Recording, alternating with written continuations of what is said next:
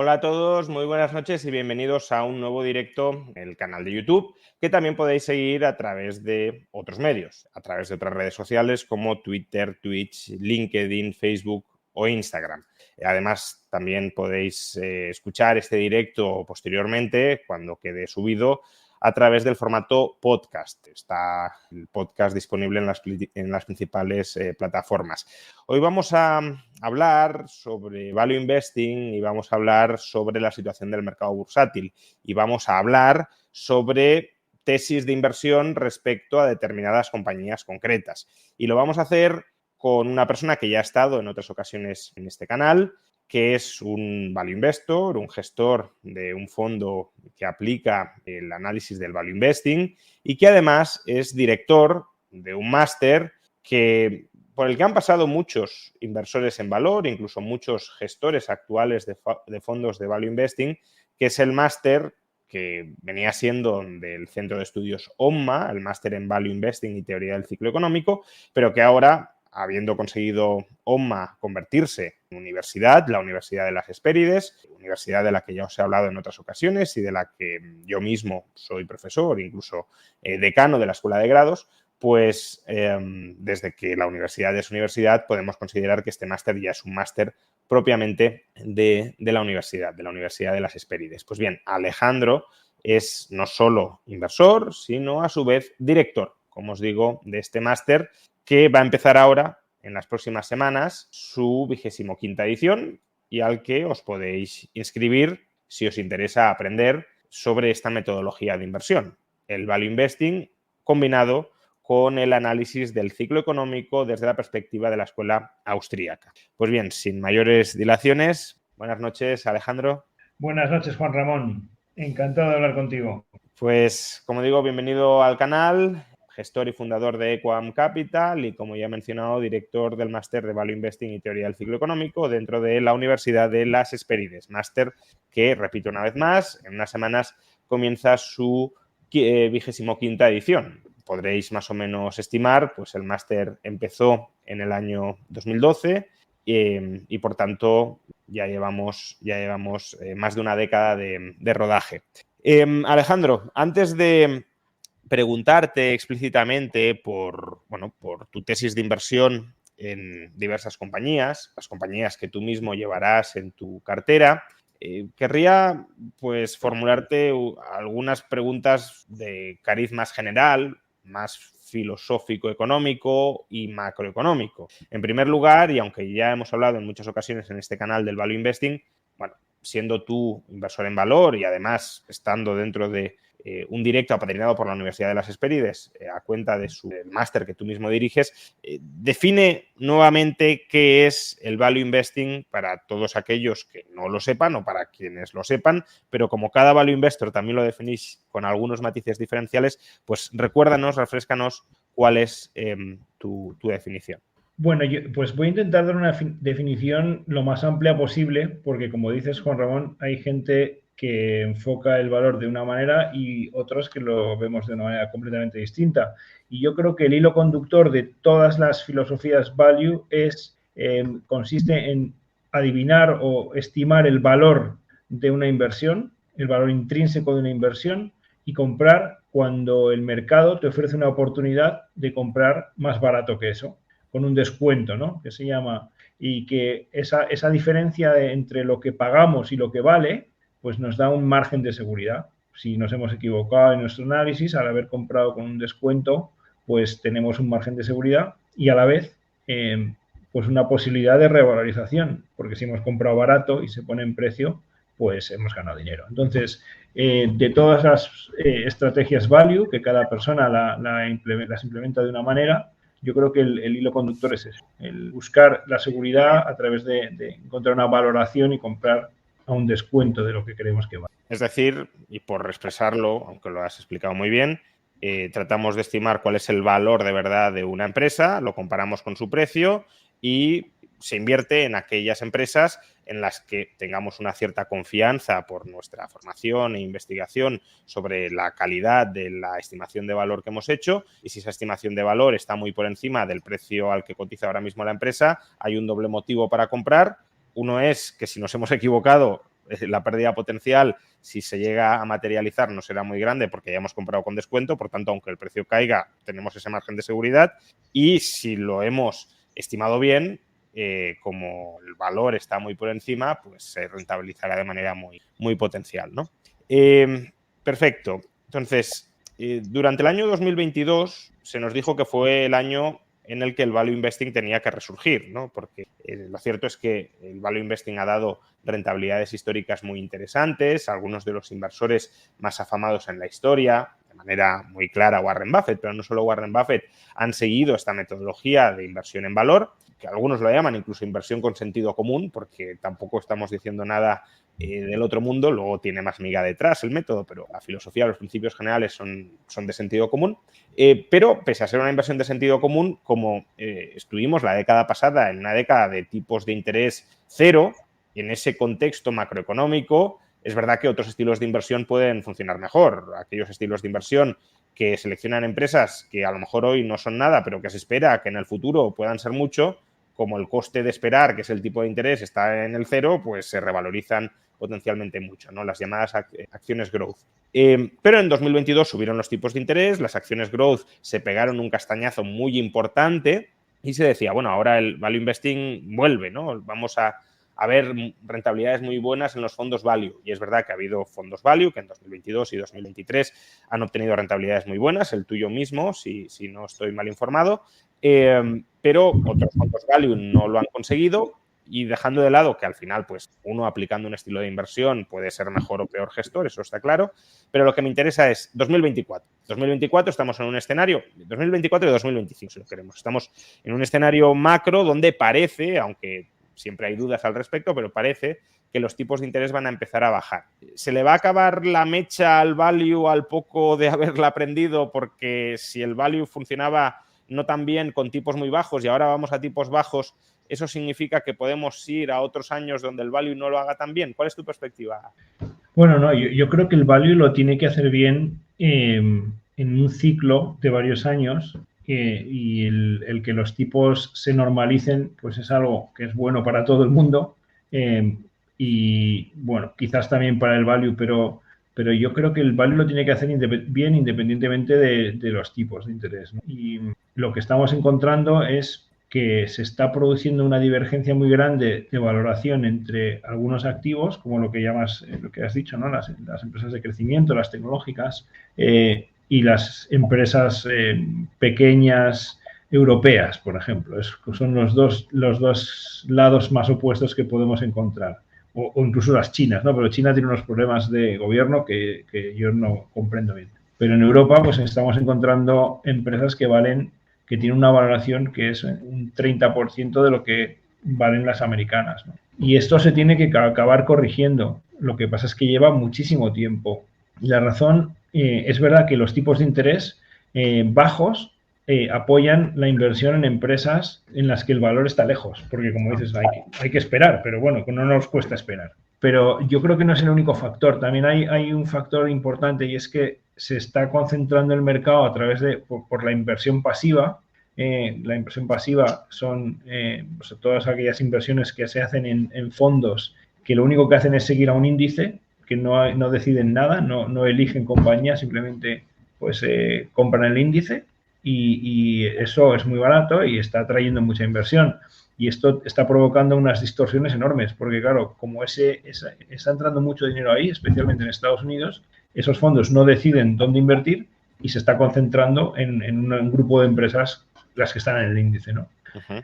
Y eso yo creo que está generando unas distorsiones que en algún momento se tiene que corregir, ¿no? Vale, entonces estamos en una coyuntura donde puede que los tipos de interés vayan bajando y eso, como decías, puede ayudar a otros fondos que tengan otra filosofía de inversión más enfocada en el largo plazo y no en el valor que ya se ha generado, que es previsible que se genere en el corto plazo.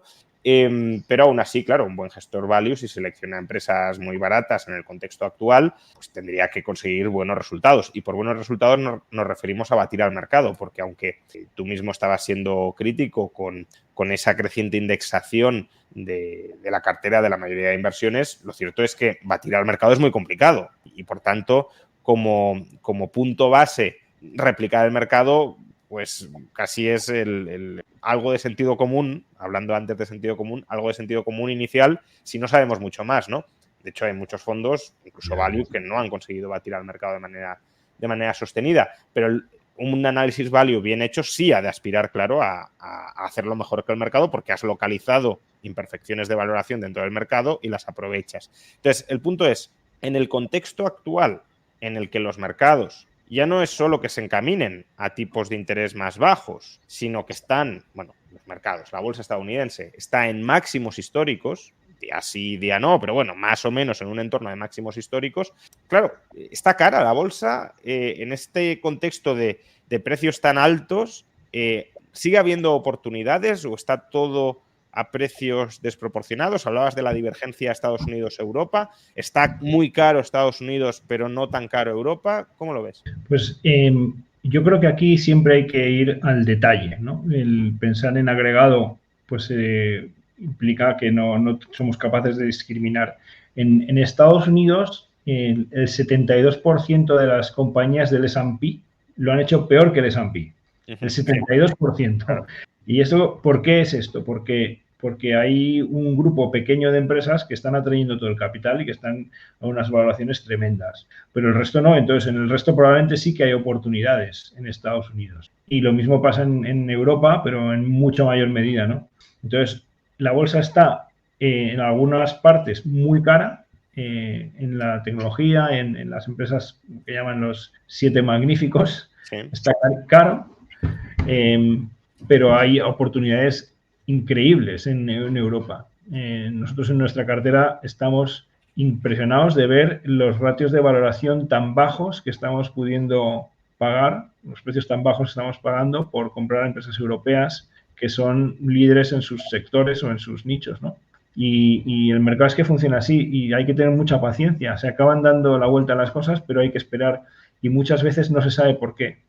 A veces pues podría pasar, por ejemplo, que hubiera algún problema en Estados Unidos con las elecciones o quién sabe, es impredecible.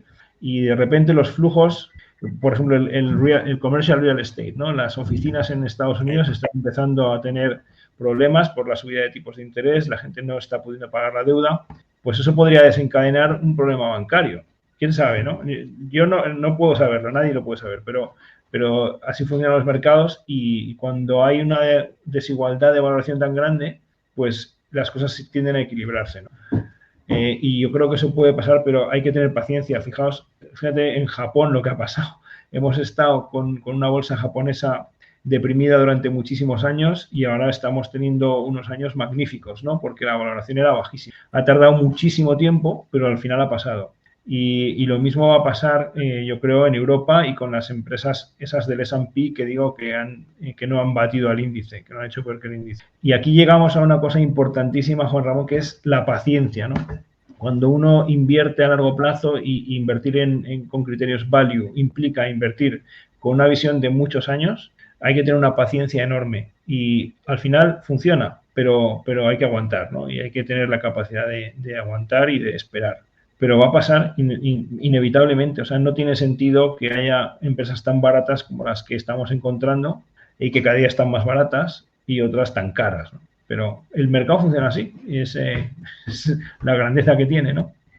Ahora te preguntaré por algunos ejemplos de esas empresas que consideras que están tan baratas y que lo consideras no a diferencia de otros opinadores que, bueno, pues pueden hacer su análisis, pero es un análisis que no respaldan metiendo su dinero donde ponen su boca. En tu caso sí, porque son las acciones en las que estás fuertemente invertido en tu fondo de Equam Capital. Pero antes de pedirte pues tu tesis de inversión de esas distintas empresas que dices que están tan baratas, sí me gustaría preguntarte qué método utilizas o qué métodos, porque no tiene que ser una fórmula única ni mucho menos. Es decir, ¿cuál es tu metodología? Vale, el value es la filosofía general, pero ¿cómo te arremangas para descender a los infiernos de los mercados y decir, bueno, vamos a encontrar empresas que estén baratas? ¿En qué te fijas? ¿Qué cálculos haces? ¿Cómo cribas? ¿Cómo ¿Cómo detectas falsas apariencias? Esto parece que está muy barato, pero en realidad es un cuchillo que está cayendo y no lo voy a coger. Es decir, ¿cómo te organizas?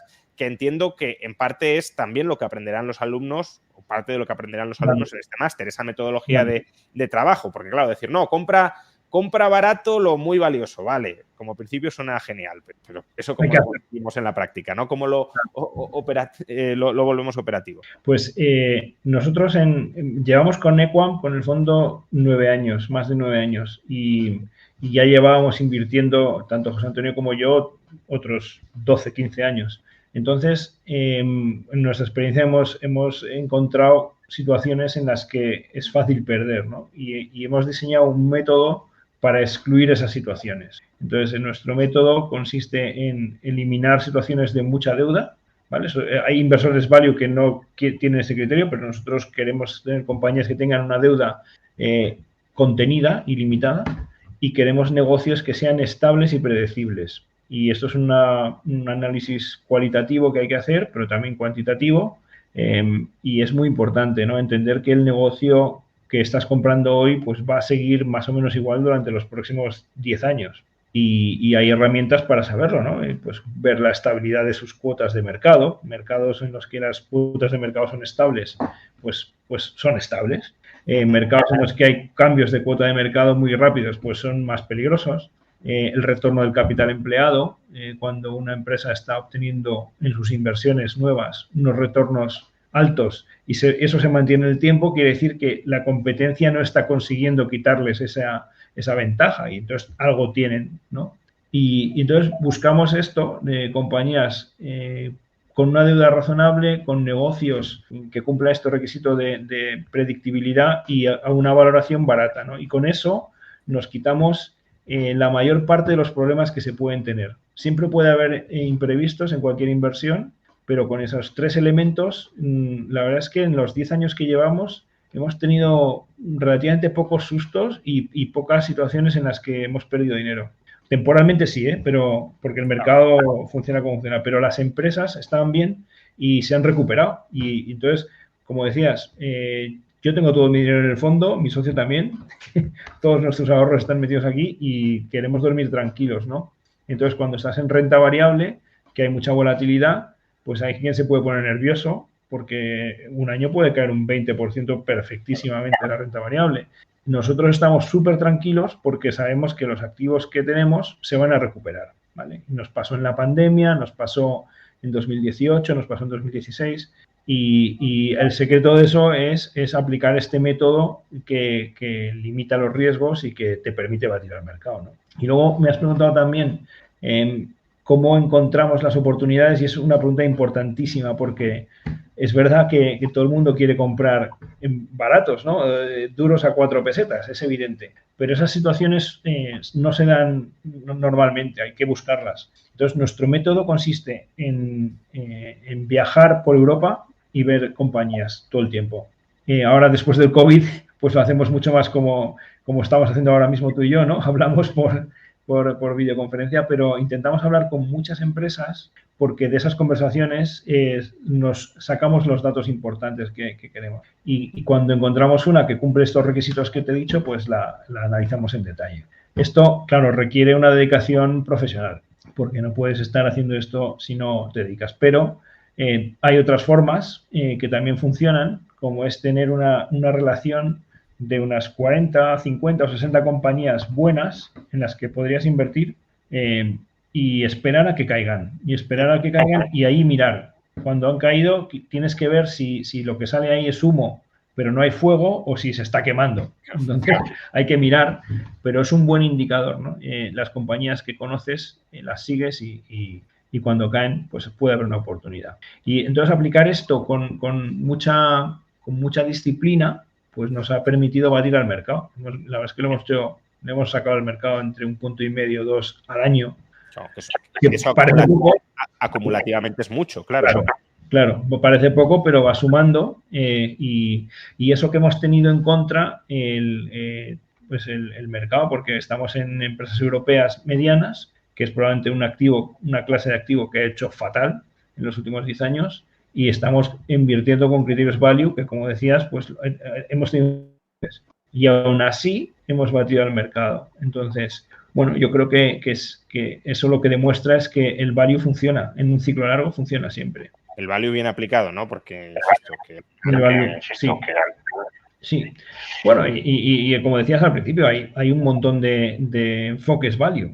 Hay gente que compra cosas muy baratas que no tienen esos elementos de calidad que he dicho, ¿no? Esa predictibilidad y ese endeudamiento bajo.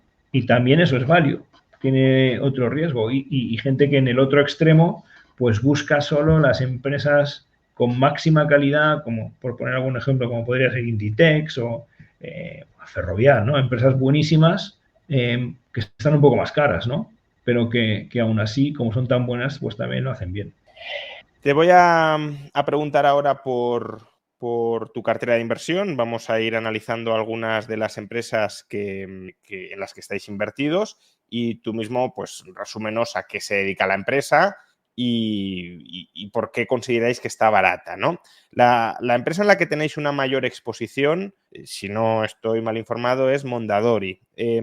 ¿A qué se dedica y por qué consideráis que es una buena oportunidad? Sí, Mondadori es nuestra primera posición, como dices, y lleva siéndolo un tiempo. Mondadori es una editorial italiana que se dedica a publicar libros. Y este negocio es un negocio bastante bueno porque lo que tiene realmente son los derechos, la propiedad intelectual de los libros. Y se los compra a los autores y les paga por adelantado y luego los vende. Entonces es un negocio que funciona bien, la gente sigue leyendo, ha cambiado un poco los hábitos, antes se leía solo en papel, ahora se lee también en Kindle, los libros antes solo se compraban en las librerías, ahora se compran por Amazon, pero a Mondadori le da igual, porque todo lo que venda tiene que pagarle un royalty por el derecho, ¿no? Y entonces, Mondadori tiene dos grandes divisiones, que son los libros de lectura normales y los libros de educación. En las dos divisiones tiene una cuota de mercado que es en torno al 30% y que es la mayor cuota de sus competidores. Los siguientes están muy por detrás. Esta cuota de mercado ha sido estable, está creciendo y eso es lo que nos da una idea de la capacidad de mantener esta generación de caja de forma estable, ¿no? Tanto en educación como en libros de lectura. Y es una compañía que no tiene prácticamente deuda, cada año va haciendo alguna adquisición y va aumentando deuda, pero luego repaga la deuda con el cash flow que genera, ¿no? Entonces, no tiene una situación de endeudamiento alto, es en torno a 1,6 veces EBITDA y ha estado cotizando siempre en el entorno de 4 o 5 veces EBITDA. Y esto es un ratio que para nosotros es bajísimo porque las operaciones de mercado se han hecho al entorno de 10 veces EBITDA, o sea, una valoración del doble. Santillana, la editorial Santillana, que era de Prisa y que vendió Prisa en una situación de un poco de distrés, ¿no? Estaba muy endeudada, pues se vendió a 10 veces. Y Vivendi compró Editis, una editorial francesa, también a 9-10 veces. Entonces pensamos que la compañía vale el doble de lo que realmente estamos pagando y es un negocio con poca deuda y con una estabilidad de ventas bastante razonable, ¿no? Bastante buena. Tiene como accionista a Marina Berlusconi, a la familia Berlusconi, que tiene el control. Y bueno, aquí esto es una variable, es un arma de doble filo, ¿no? El tener un accionista de referencia es algo bueno porque al final es su empresa y se encarga de que las cosas se hagan bien, ¿no? Se invierta en cosas razonables, no hacen operaciones de money alocadas.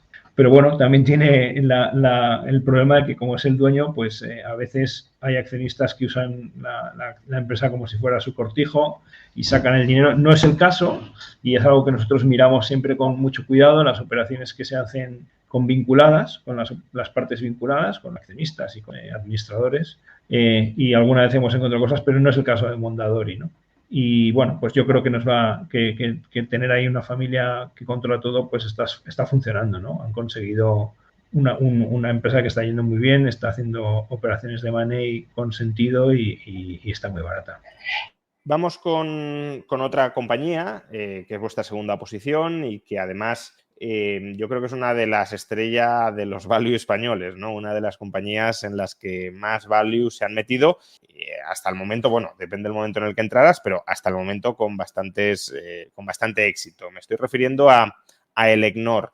Explícanos a qué se dedica Elecnor, cuál es la tesis de inversión y también si consideras que a fecha de hoy sigue siendo una oportunidad de inversión, porque claro, la tesis value se daba sobre todo antes de que pasara lo que finalmente ha pasado. Ahora nos explicas qué ha sucedido, pero incluso después de que haya sucedido, incluso después de que haya subido desde el entorno de los 12, 13 euros por acción a 19, ¿sigue siendo una buena oportunidad o hay que vender ya?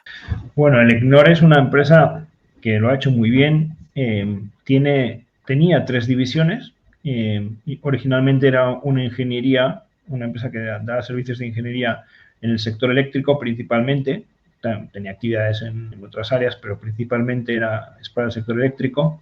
Entonces hace instalaciones de redes de transporte de electricidad, de parques de generación, mantenimiento de plantas. Y ese negocio original, pues bueno, es un negocio que va muy bien. Hay una necesidad de inversión en electrificación y el negocio va bien. Es un negocio estable y con los años lo que ha ido haciendo Elecnor es crear en paralelo 2 negocios de tenencia de activos, ¿no? Con el dinero que iba ganando, pues desarrolló una serie de concesiones, sobre todo en Brasil y Chile, en redes de transporte de electricidad, como lo que aquí hace Red Eléctrica, que es un negocio buenísimo, porque una vez que tienes instalada la red de transporte, pues te van a pagar si está disponible. Y son contratos a 20 años indexados a la inflación, que se renuevan. Entonces, bueno, es un negocio buenísimo. Y el otro negocio de tenencia de activos que creó fue Nerfin, que es una empresa que tiene parques eólicos principalmente. Entonces, esta compañía, el mercado la valoraba como si fuera solo una ingeniería y se olvidaba del valor que tenían estos 2 líneas de tenencia de activos, de transporte de electricidad y de generación de electricidad renovable. Y era increíble, lo que pasa es que era un grupo complejo, un grupo opaco, son varias familias las propietarias y había una distorsión en la valoración enorme, pero que llevaba años. O sea, cuando hablamos de paciencia, es que Elecnor llevaba muchos años muy barata y no se ponía en valor. Y hace 2 años empezaron a querer salir un poco al mercado, a contar cuál era la tesis, hicieron algunas operaciones que pusieron en valor estas divisiones. Por ejemplo, vendieron una parte del negocio de transporte de electricidad a un fondo que se llama APG y pusieron a la venta también una parte del negocio de generación eólico. Entonces, lo que ha pasado este año es que finalmente se ha vendido ese negocio eólico, pero no se ha vendido una parte, sino se ha vendido el 100%. Y había un apetito enorme por fondos de infraestructura y por empresas de generación y se ha pagado un precio que era más por esa división, más de lo que valía toda la compañía en conjunto. Entonces, claro, realmente ahí es donde te das cuenta como cuando hay valor oculto, el mercado acaba reflejándolo, ¿no? Y hay que tener paciencia. Y en este caso ha sido a través de una operación que ha puesto en valor Entonces, la pregunta ahora es, ¿sigue siendo una buena oportunidad? Entonces, claro, lo que ha pasado es que el mercado no ha recogido toda esa cristalización de valor que supone esta operación. O sea, si se vendió por 1.800 millones Enterprise Value, que después de deuda son unos 1.300 millones, y la empresa sigue valiendo 1.300 millones, pues básicamente nos volvemos a estar en la situación de antes, que el negocio de ingeniería y la parte que le queda del negocio de transporte, pues están regalados, ¿no? Y tenemos un montón de dinero ahí que es lo único que valora la empresa, ¿no? Eso es algo que es muy frecuente. Las empresas que tienen mucho dinero, mucha caja, el mercado no lo valora. El mercado valora los negocios que están generando caja, ¿no? Pero bueno, lo que creemos es que hay una oportunidad ahí de que pague un dividendo extraordinario y que siga invirtiendo y yo creo que la oportunidad sigue siendo buena. Son gestores buenos que han tomado buenas decisiones en el pasado y que yo creo que seguirán tomando buenas decisiones. Vamos ahora con vuestra tercera posición, que es A+. ¿A qué se dedica y por qué os gusta? Bueno, A+ es una empresa que hace servicios de certificación, ¿vale? Los servicios de certificación son muy necesarios porque muchos bienes que utilizamos en el día a día pues tienen que funcionar bien y si hay un fallo pueden causar daños, ¿no? O pueden causar un perjuicio a alguien. Entonces, las empresas de certificación son las que se encargan de comprobar que las cosas están bien. Y A+, en concreto, obtiene la mitad, casi la mitad de su beneficio de las ITVs. Cuando el coche ya tiene más de 4 años, pues tienes que llevarlo a un taller que certifique que el coche está bien y está en condiciones de seguir circulando. Y bueno, pues A+ hace ese servicio en algunos mercados en un régimen liberalizado. Compite en Madrid, por ejemplo, este servicio está liberalizado, pero en Cataluña no. Y la mitad de su negocio viene de ahí. Y este negocio es muy predecible, muy estable, porque el parque de coches tiene que pasar la ITV, si no, te ponen 200 euros de multa, la Guardia Civil, y entonces todo el mundo tiene que pasar la ITV y es una fuente de ingresos predecible, en los mercados regulados especialmente predecible, ¿no? Porque no hay competencia. Y luego tiene otros negocios también de certificación, tiene unos laboratorios que certifican todo tipo de productos, tiene un circuito de pruebas que se llama IDIADA, que es un negocio que tiene con la Generalitat de Cataluña, en la que la Generalitat tiene el 20 y ellos tienen el 80, y es un circuito de pruebas donde los fabricantes van a probar la homologación de los neumáticos, de las baterías de los coches eléctricos. Bueno, entonces es un negocio muy predecible, por eso estábamos ahí. Y bueno, lo compró un private equity hace muchos años, Carlyle, y lo sacó a bolsa, creo que en 2014, a una valoración altísima, ¿no? Y nosotros no vamos casi nunca a las OPVs, a las salidas a bolsa, porque son operaciones en las que pues hay mucho interés en colocar el papel, el vendedor quiere maximizar el precio, está pagando unas cantidades enormes a los bancos que van a vender esas acciones y normalmente no suele ser una buena oportunidad. Entonces no fuimos en la OPV, pero a los 2 años tuvo una caída muy significativa en el precio, ¿no? Como suele pasar. Lo colocaron a 14 euros por acción y llegó a 6 o 7. Y entonces ahí sí que era una buena oportunidad porque era el mismo negocio que habían colocado pues un año y medio después a mitad de precio. Entonces invertimos, al poco tiempo la cotización se recuperó, llegó a nuestro precio objetivo, vendimos y volvió a pasar, ¿no? Y aquí es como te comentaba antes, la bondad de tener una lista de buenas empresas que has visto, porque el mercado te da oportunidades y te las quita. Entonces, si estás pendiente de las empresas buenas, pues va a llegar un momento en el que vuelven a ser una oportunidad. Entonces, volvimos a comprarla hace 2 años, que volvía a estar a 6, y ahora lo que ha pasado es que como es un negocio muy estable y no tiene mucha deuda, pues es muy atractivo para los fondos de capital riesgo. Los fondos de capital riesgo están haciendo operaciones fuera del mercado cotizado, pagando unos múltiplos altísimos, y a la vez en el mercado cotizado, pues hay estas oportunidades que te digo, a mitad de precio. Pues bueno, se fijaron por un lado iSquared y por otro creo, Apollo, y han hecho sendas ofertas de compra y están ahora en un proceso de adquisición, pues a ver quién se queda con ella, ¿no? Porque hay muchos temas regulatorios que hay que aprobar y se está retrasando bastante el proceso de la OPA. Pero el caso es que, bueno, hemos conseguido en una segunda vez poner en valor esta inversión, ¿no? Y pues un negocio buenísimo. Lo malo es que para nuestros espectadores, pues quizás ya no es tan buena oportunidad porque ya ha subido, ¿no?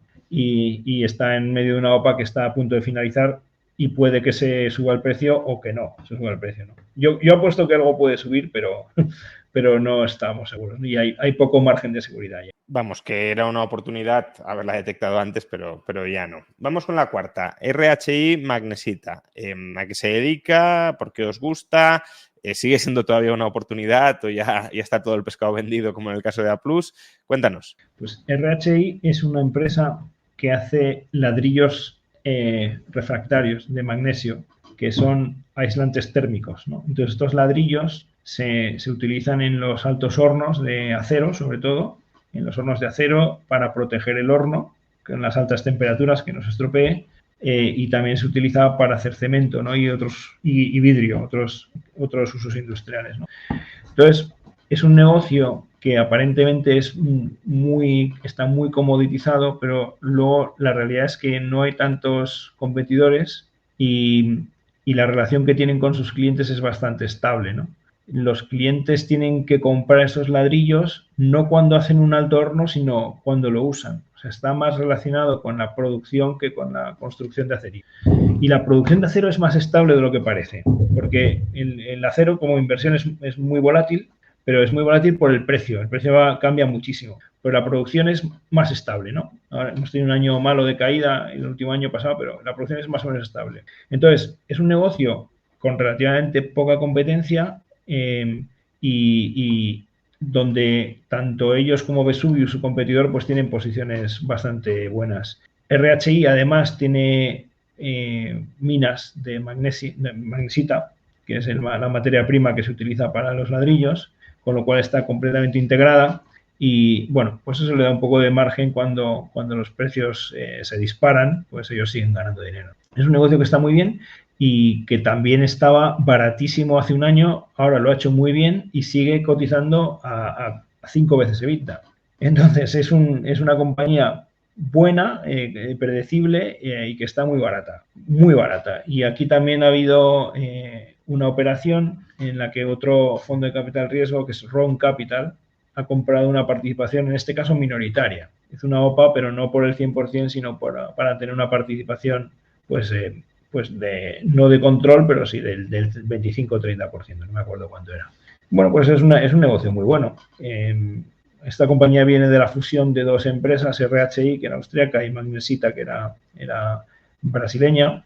Entonces, nosotros cuando compramos una de las razones fue por la cantidad de sinergias tan grandes que podía conseguir, ¿no? Al juntar dos fábricas que tenían que transportar estos ladrillos, pues los que estaban en Europa a sus clientes americanos y los que estaban en América a sus clientes europeos, pues tenían unos costes de transporte enormes, unas necesidades de inventario enormes y de existencias, porque claro, todo eso que se está transportando en barco, pues lo tienes que haber producido y no lo has podido monetizar hasta que lo entregas. Entonces, las oportunidades de generar sinergias eran muy grandes y bueno, es por lo que entramos. Se han ido cumpliendo esas sinergias poco a poco, pero sigue muy barata, ¿no? Entonces, pues yo pienso que es una oportunidad buenísima. Te pregunto ahora no por la quinta, sino vamos saltando algunas, porque claro, tenéis tantas posiciones.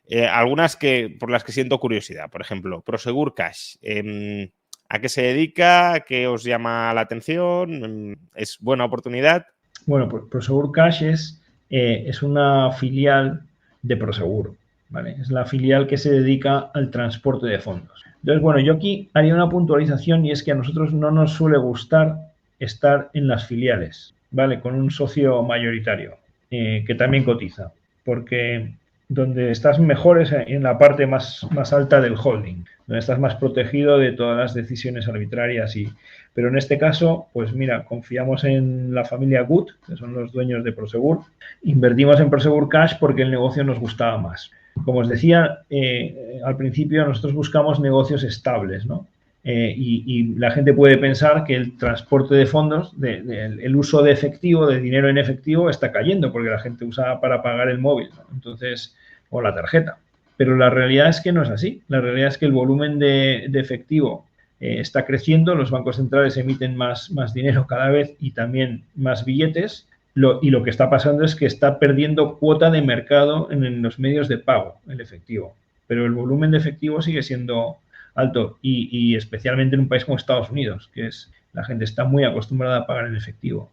En Suecia, pues no. En Suecia es verdad que el uso de efectivo ha caído muchísimo. Pero esta compañía está principalmente en Latinoamérica.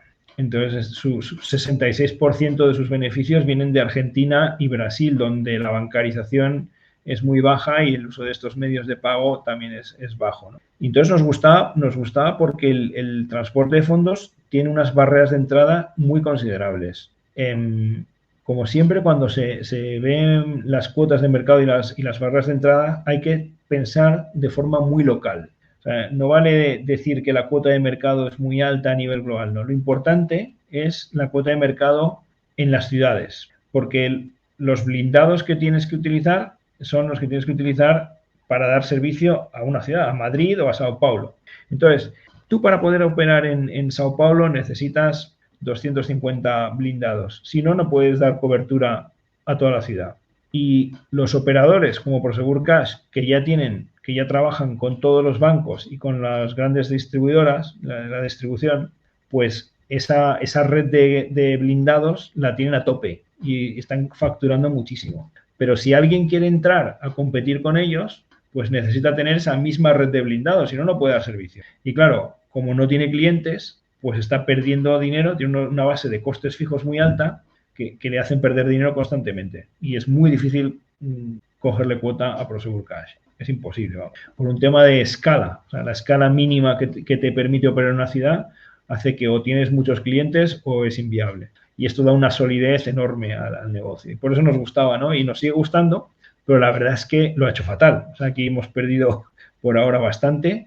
Seguimos confiando en la compañía. Está al 16 o 15% de free cash flow yield, que es una valoración muy atractiva. Tiene poca deuda, tiene dos veces y media deuda EBITDA, que es una deuda muy razonable. Y bueno, pues estamos esperando a que el mercado lo reconozca, ¿no? Y el problema que tenemos es que como el accionista mayoritario, que es Prosegur, pues controla la compañía, pues tampoco puede hacer mucho porque si se pone a comprar acciones propias, pues la deja sin liquidez. Y bueno, pues no está saliendo, la verdad. En esta estamos teniendo que tener muchísima paciencia. Pero bueno, yo también suelo decir, las empresas que hayan seleccionado inversores value, buenos inversores value, claro, y que se estén pegando un castañazo, casi te ofrece un doble margen de seguridad, ¿no? Porque si vosotros... Es así. Si vosotros ya la comprasteis con margen de seguridad y ahora mismo está a un precio mucho más barato que aquel al que lo compraste, pues claro, en teoría tiene un potencial muy grande, salvo que haya cambiado algo del modelo de negocio y vuestra estimación también se haya modificado. Pero si vuestra estimación sigue siendo aproximadamente la misma y considerabais que estaba barata y ahora está mucho más barata que cuando comprasteis, pues doblemente barata. Pues así es, así es. El gran cambio que ha habido en Prosegur es la Argentina, ¿no? La divisa argentina, bueno, y la brasileña también, pero menos, pero la argentina se ha devaluado una barbaridad con la hiperinflación argentina. Entonces, esto, al consolidar a euros, pues hace que sea muy difícil mantenerlo. Pero ellos lo consiguen, ¿eh? O sea, a pesar de tener devaluaciones del 50% en el último resultado, ellos compensan con subidas de precios esta devaluación. Entonces, en euros están igual. Pero claro, luchar contra ese viento en contra de la devaluación permanente, de los problemas de repatriar capitales pues es difícil. Y eso lo ha lastrado una barbaridad. Y luego llegó el COVID, donde al estar todo parado, pues tuvieron también que parar sus servicios y tuvieron unos años difíciles. Pero se han recuperado, ahora están... El año pasado no fue muy bueno, en parte por esto de la hiperinflación argentina, pero están recuperados. Entonces, bueno, yo creo que es un tema de paciencia, pero es verdad que es difícil que se ponga en valor porque como la compañía la controla la familia, pues es muy difícil que se haga una operación corporativa, como nos ha pasado en otras compañías, ¿no? Pero bueno, el valor es como pasaba con el ECNOR, que estuvo muchos años muy por debajo de lo que valía y de repente se ha puesto en valor. Pues aquí puede pasar algo parecido. Y una última por la que te voy a preguntar y luego te pediré que escojas tú, ¿no? ¿Cuál crees que tiene el mayor potencial de todas las que tenéis ahora mismo, ¿no? Pero SMS, ¿a qué se dedica? ¿Por qué os gusta? ¿Qué potencial tiene? Sí, SMS es Smart Metering Systems. Es una empresa inglesa que tiene contadores de electricidad. Los smart meters, ¿no? Los contadores inteligentes, que son unos contadores que están conectados a la red por GSE, bueno, por red de datos. Fíjate, en Inglaterra han creado una red de datos específica para conectar a los contadores inteligentes. O sea, no se conectan a la red de Vodafone o de O2, sino que tienen su propia red. Bueno, el caso es que esta compañía, SMS, se ha dedicado a instalar contadores que son suyos y se los alquila a las empresas eléctricas y les cobra por ello un alquiler. Y os podéis imaginar, este negocio es increíble en el sentido de que una vez que ya has instalado un contador eléctrico, el cliente puede que cambie de empresa de electricidad, pero no van a desinstalar el contador y poner otro igual. Entonces, el alquiler se dura décadas. En la anterior generación de contadores, que eran analógicos, que eran de la empresa se llama National Gas, me parece, o no me acuerdo cómo se llama, pero la empresa que tenía esos contadores llevaba con ese negocio toda la vida, ¿no?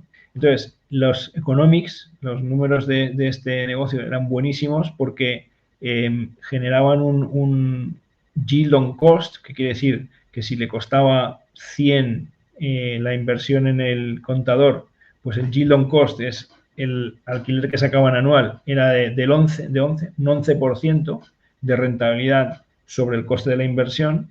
Claro, eso durante años y años y además referenciado a la inflación y no tiene costes directos. O sea, es una renta, prácticamente una renta perpetua indexada a la inflación, lo que estábamos comprando en esta compañía.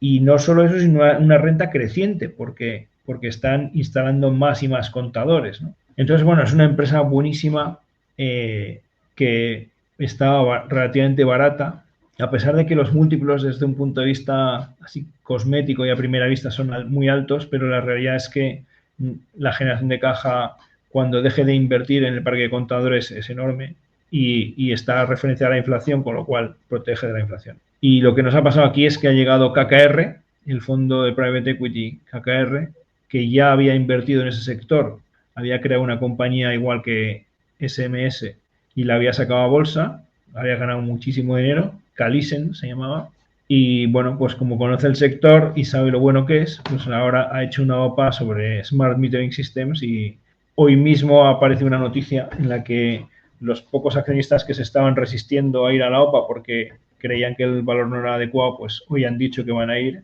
con lo cual esta historia se ha terminado también. O sea, ya nos han hecho la OPA y hemos ganado dinero y pues vamos a vender. Nos da pena porque es un activo de una calidad enorme.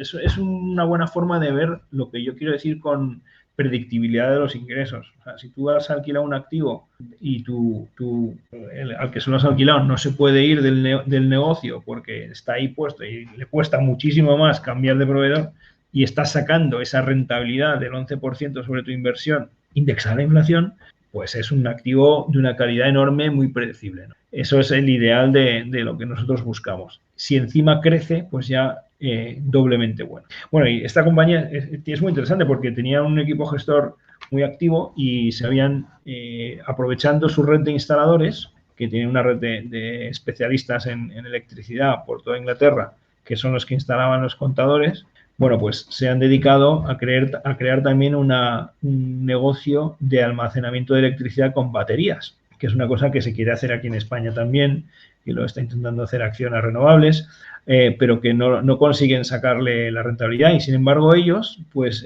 consiguieron ir haciendo crecer este parque de baterías y sacarle un muy buen retorno, porque no solo compraban la electricidad cuando estaba más barata pues por la noche, por ejemplo, ¿no? Que están las centrales nucleares produciendo y nadie las consume, pues el precio baja. O cuando están todas las empresas solares produciendo a la vez, hemos tenido precios cero en España. Bueno, pues ahí compran y luego la venden cuando sube.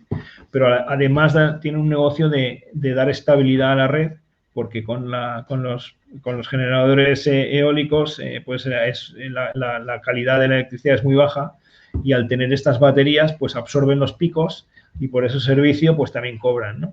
Con lo cual, pues es un negocio también muy interesante. Bueno, no de retornos no tan bueno como el de los contadores, pero que también era muy interesante, ¿no? Pero bueno, ya se ha acabado, así que tenemos que buscar otras inversiones. Pues justamente sobre esto te pregunto, es decir, bueno, te he cuestionado, te he planteado cuestiones sobre diversas acciones que copan un porcentaje relevante dentro de vuestra cartera de inversión, pero si tuvieras que quedarte con una parte de las que he mencionado, una que te guste especialmente, que todavía no haya realizado nada de su potencial, no como SMS o A+, que ya se ha acabado, ya se ha vendido todo el pescado, ¿cuál escogerías? Bueno, cuando se responde a esto, hay que buscar negocios que no son populares, ¿no? Entonces, porque yo te habría dicho así de primeras Whitbread, que es una cadena de hoteles en la que tenemos solo un 2%, porque está un poco más cara que otras compañías de la cartera, pero es una empresa increíble porque tiene los hoteles Premier Inn en Inglaterra, que son los hoteles que lideran su nicho, el nicho de hoteles budget baratos, con una fuerza increíble, y entonces está aprovechando para hacer una expansión en Alemania y le está saliendo fenomenal porque, claro, con el COVID la gente estaba en Alemania vendiendo hoteles a derribo, ¿no? Entonces, a mí me gusta mucho por este potencial, pero realmente la que yo creo que ahora tiene más potencial es DFS Furniture. Es una empresa que vende sofás y en Inglaterra, ¿vale? Entonces, este sector está destrozado. O sea, está fatal porque después del COVID, en el que la gente compró muchísimos sofás, gastó mucho dinero en cosas para su casa, pues ahora tienen un problema triple, que es que en la economía inglesa está floja, los precios de las casas y las transacciones están cayendo y la inversión en vivienda está en mínimos, ¿no? Se pegó una caída muy considerable. Entonces, esta empresa, pues, le ha bajado a la mitad el beneficio respecto al año pasado. Y claro, en bolsa, pues ha tenido una corrección pues de más del 60%. Entonces, este es el tipo de inversión que nos gusta a nosotros porque la compañía sigue teniendo un ratio de endeudamiento, aun habiendo caído el beneficio a la mitad, pues de 1,9 veces EBITDA, que es muy razonable teniendo en cuenta que estamos en la parte más baja del ciclo. Y como es la más grande del sector, tiene unos costes mucho más bajos y la competencia se está muriendo. O sea, porque este ciclo a los pequeños los está destrozando y sin embargo ellos siguen ganando dinero. Entonces, está ganando cuota de mercado, creo que ha ganado 2 o 3 puntos este año pasado, este año y medio, y es básicamente porque los competidores no aguantan y cierran y ellos se van quedando con el negocio de esta gente. Cuando llegue la recuperación, pues vamos a ver una compañía con muchísima más capacidad de fijación de precios, con una cuota más alta y por tanto una capacidad de diluir costes fijos más fuerte y mucho más rentable. Pero que el momento de comprar es ahora, cuando no la quiere nadie, porque ahora mismo pues todo el mundo tiene miedo a que este proceso de inmobiliario siga un curso así muy negativo, ¿no? Entonces, la razón por la que el tamaño aquí es importante es, bueno, por el gasto en publicidad, que al ser muy grande puede invertir mucho en publicidad, tiene más excedente y le tiene más sentido crear marca porque está en toda Inglaterra. Y la distribución de los sofás. Al tener una red de clientes muy tupida, pues mete varios sofás en un mismo camión y en un día los distribuyen. El pobre que tiene solo un cliente, pues tiene que coger, meter el sofá en el camión, le cuesta lo mismo y sin embargo solo ha distribuido un sofá, ¿no? Entonces sus costes de distribución a lo mejor son el triple o el cuádruple que DFS. Entonces, bueno, este es el tipo de cosas que nos fijamos para ver la fuerza y la estabilidad de un negocio, cómo está ganando cuota de mercado y cómo esa cuota de mercado le permite tener una estructura de costes mejor que la de los clientes, de los competidores, ¿no? Está pasando y el momento es ahora, que es cuando está todo el mundo queriendo salir de ahí por miedo a que la cosa empeore. Pues muchas gracias, Alejandro, por esta conversación. Claro, podríamos seguir analizando empresas y empresas porque en el Y las fondo, que no tenemos en cartera también. claro, y las que tendréis en el radar, pero Claro. a las que todavía no habéis decidido entrar, pero que probablemente se produzca alguna entrada. No tengo ninguna información al respecto, pero vamos, me imagino que de vez en cuando iréis entrando, Sí. que por tanto siempre tendréis unas cuantas que todavía no a las que no hayáis dado el salto, ¿no? Pero bueno, creo que ha sido un análisis resumido, pero profundo y completo sobre distintas empresas que hemos ido mencionando y es el tipo de análisis que con mayor profundidad uno puede aprender a hacer en el máster de Value Investing. Máster del que eres director, que ya lleva 25 ediciones, que no es que estemos empezando ahora, sino que ya hay un cierto rodaje en este campo. El grado de satisfacción del alumnado es en términos generales, porque siempre hay cosas que mejorar, pero en términos generales es muy alto y es un máster que abre una nueva edición en las próximas semanas, en el mes de abril, ¿no? Es así cuando empieza la siguiente. De manera que si queréis obtener más información sobre este máster, si os interesa apuntaros para aprender a invertir en bolsa con criterio value, que además también lo decimos muchas veces, aunque uno no quiera invertir por sí mismo en bolsa, es importante que entienda cómo funciona la bolsa para, si delega esa inversión en un gestor value o en un fondo indexado, da igual, pero que entienda la propia dinámica de la bolsa y por qué no es, como se suele decir muchas veces, un casino, ¿no? El máster tiene una duración, lo están preguntando ahora en el chat, de un año. Son 2 días de clase semanales, 3 horas de clase cada uno de esos 2 días. Por tanto, requiere cierta dedicación, no es algo que a lo que uno pueda entrar y echarle un par de horas a la semana, ¿no? Son 6 horas de clases semanales más el tiempo de trabajo, de lectura, de reflexión, de análisis de empresas, pero es un máster muy completo para aprender a invertir con este enfoque del value investing. Además, también preguntabais a algunos cuáles son los requisitos previos. Entiendo que al llamarse máster, para muchos pueda representar pues un indicio de que hace falta alguna titulación específica. Lo que hace falta es ser graduado universitario. Es un máster que es título propio de la universidad y, por tanto, los requisitos regulatorios para entrar en este programa son bastante menores que cuando hablamos de un título oficial, como puede ser el máster oficial en economía, del que soy director dentro de la Universidad de las Hesperides, donde sí que hay pues más, o sea, es más puntilloso por temas regulatorios a la hora de permitir la entrada. Aquí no, si uno es graduado en cualquier materia puede entrar, eso sí, obviamente hay que mirar, hablando con la propia universidad, pues si puede hacer un aprovechamiento del máster o no puede hacerlo, porque si no tiene absolutamente ninguna noción de nada, pues no lo va a aprovechar bien. Pero que en principio, si uno sabe, tiene nociones de economía, tiene alguna noción de finanzas, de contabilidad, hay cursos de contabilidad en el máster, quiero decir que tampoco hace falta tener un conocimiento muy, muy profundo, pero un conocimiento previo muy profundo, pero bueno, toda noción previa es bienvenida. Si uno tiene cierta cultura general en aspectos económicos, lo puede cursar y de hecho han pasado alumnos de todas las formaciones previas y de niveles muy variados, desde inversores profesionales que querían profundizar a gente que no sabía prácticamente qué es eso de invertir en bolsa, ¿no? Y al final surgen con una cultura y un método bastante sofisticado. Por tanto, bueno, lo que digo, si os interesa la información, obtener más información, en el link que aparece en la caja de descripción del vídeo o quienes estáis viendo esto no en directo, sino en diferido, en el comentario destacado lo podréis obtener. No sé si, Alejandro, como director, quieres añadir algo más a todo lo que he mencionado.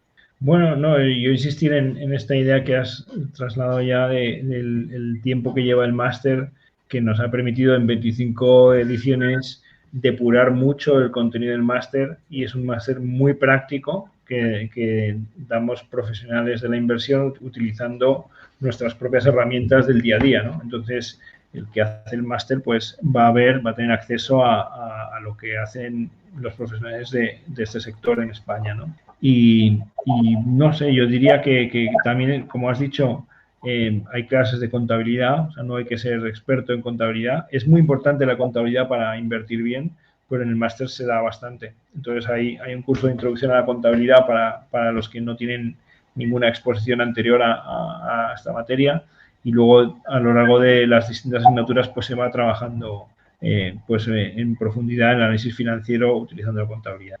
Y yo creo que es muy interesante también la parte de análisis macroeconómica y de teoría del ciclo, ¿no? Porque eso es también lo que diferencia a este máster de otros de Value, ¿no? Que es mucho más completo.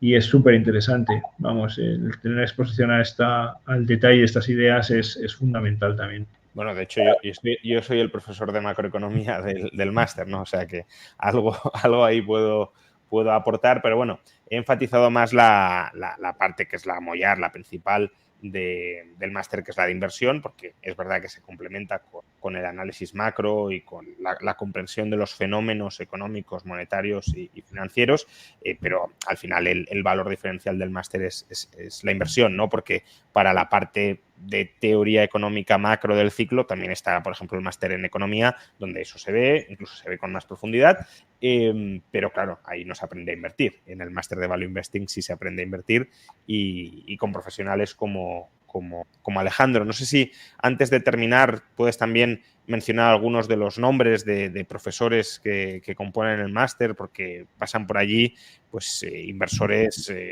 bueno, no sé si afamados, porque es un término un poco a lo mejor amplio, pero bueno, inversores profesionales que aportan valor añadido al máster. Pues claro, participan. Bueno, es que el elenco de profesores es enorme y tenemos, yo creo que todos los grandes inversores value de España participan de alguna manera, ¿no? Desde Francisco García Parames, que colabora opinando y dando consejos sobre los proyectos de inversión de los alumnos, también Álvaro Guzmán y Fernando Bernat, también ha venido muchas veces Iván Martín de Magallanes. Da clase en el máster Nieves Benito, que estuvo muchos años en Fidelity. Dan clase también la gente de Bestinver. Entonces, bueno, tenemos unos profesores muy relacionados con el mundo de la práctica y de la gestión de inversiones, y tenemos también una parte del profesorado que es más académica y que nos permite darle una profundidad pues académica mayor, ¿no? Que es simplemente el análisis de lo que se hace en la práctica. Entonces, la combinación de las dos cosas pues es algo que es único, yo creo. Muy bien, pues lo he dicho, muchas gracias Alejandro por tu tiempo, una hora de conversación yo creo que muy productiva, tanto en la teoría como en la práctica, ¿no? En la práctica del análisis de oportunidades o riesgos, pero desde luego también oportunidades de inversión concretas y específicas, más allá de palabras generales, que siempre está bien para centrar el juego, pero que hay que descender a lo concreto. Y nada, recordad que esta conversación la apadrina la Universidad de las Hespérides por la promoción de la 25ª edición del Máster en Value Investing y Teoría del Ciclo Económico, dirigido por Alejandro Muñoz, del que también formo parte yo mismo como profesor de macroeconomía, y que os podéis apuntar si sois graduados en algo, no hace falta que seáis en economía o en finanzas, un máster, 1 año de duración, 6 horas de clase a la semana repartidos en 2 días y con un elenco de profesores muy, muy amplio y muy reconocido. Muchas gracias a todos y nos veremos, por cierto, mañana. Mañana a mediodía tendremos otro directo, un directo que quedó pendiente la semana pasada sobre cómo el libre mercado puede ser una solución al tabaquismo en lugar de la regulación estatal para solucionar los problemas propios y ajenos que puede provocar el tabaquismo. Es decir, soluciones no coactivas a problemas individuales o sociales que son ciertos, por mucho que el Estado no debiera meterse en ellos. Muchas gracias a todos, muchas gracias a la Universidad de las Hespérides y nos vemos próximamente. Muchas gracias, Alejandro. Muchas gracias, Juan Ramón, a ti.